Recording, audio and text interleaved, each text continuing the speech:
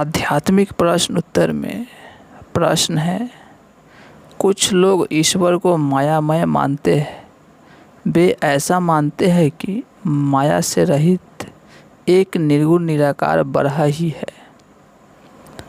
ईश्वर तो माया से युक्त है, ऐसा मानना कहाँ तक उचित है? उत्तर है, गीता ऐसा नहीं मानती। गीता ईश्वर को माया का अधिपति मानती है। माया ईश्वर के वश में रहती है। भगवान ने कहा कि मैं अपनी प्रकृति को वश में करके अपनी योग माया से प्रकट होता हूँ। तात्पर्य है कि जो जीव माया में पड़े हुए हैं उनको शिक्षा देने के लिए ईश्वर माया को स्वीकार करके अपनी इच्छा से अवतार लेता है। जैसे कोई अंग्रेजी हिंदी नहीं जानता तो अंग्रेजी एवं हिंदी दोनों भाषाएं जानने वाला व्यक्ति उसको हिंदी में लिखी बात अंग्रेजी में समझाता है।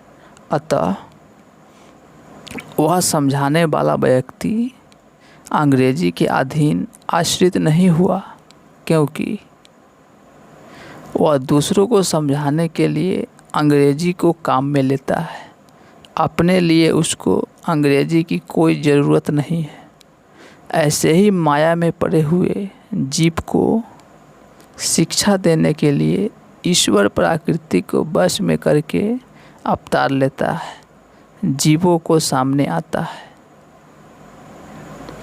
ईश्वर माया का अधिपति मालिक है। यह गीता ने स्पष्ट रूप से और बार बार कहा है। जैसे ईश्वर जीवों का मालिक होते हुए ही अवतार लेता है। ईश्वर गुणों और कर्मों के अनुसार चारों वर्णों की रचना करता है।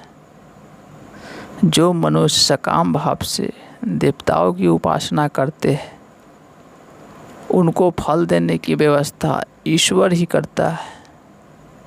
महाप्रलय में संपूर्ण जीव प्राकृतिक में लीन होते हैं और फिर महासर्ग के आदि में ईश्वर उनकी रचना करता है। सब योनियों में जितने शरीर पैदा होते हैं उनमें प्राकृतिक माँ की तरह है और ईश्वर पिता की तरह है। ईश्वर संपूर्ण प्राणियों के हृदय में रहता है और जीवों को उनके स्वभाव के अनुसार घुमाता है। जैसे सुनार औजार से गहने बनाता है तो वह औजारों के अधीन नहीं होता, क्योंकि वह गहनों के लिए ही औजारों को काम में लेता है। ऐसे ही ईश्वर संसार की रचना करने के लिए ही प्रकृति को स्वीकार करता है।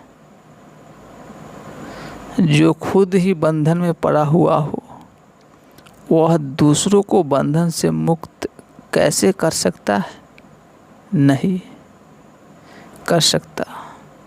जीव खुद ही बंधन में पड़ा हुआ है, अतः वह दूसरों को बंधन से मुक्त कैसे कर सकता है? परंतु ईश्वर बंधन से रहित है, अतः वह बंधन में पड़े हुए जीव को यदि वे चाहे तो बंधन से पापों से मुक्त कर सकता है। माया के बंधन में पड़े हुए जीव की उपासना करने से उपासक को बंधन से मुक्ति नहीं मिलती, पर ईश्वर की उपासना करने से जीव बंधन से मुक्त हो जाता है। तात्पर्य है कि ईश्वर जीव नहीं हो सकता और जीव ईश्वर नहीं हो सकता। हाँ, जीव अनन्य भक्ति के द्वारा ईश्वर से अभिन्न हो सकता है, ईश्वर में मिल सकता है, पर ईश्वर नहीं हो सकता।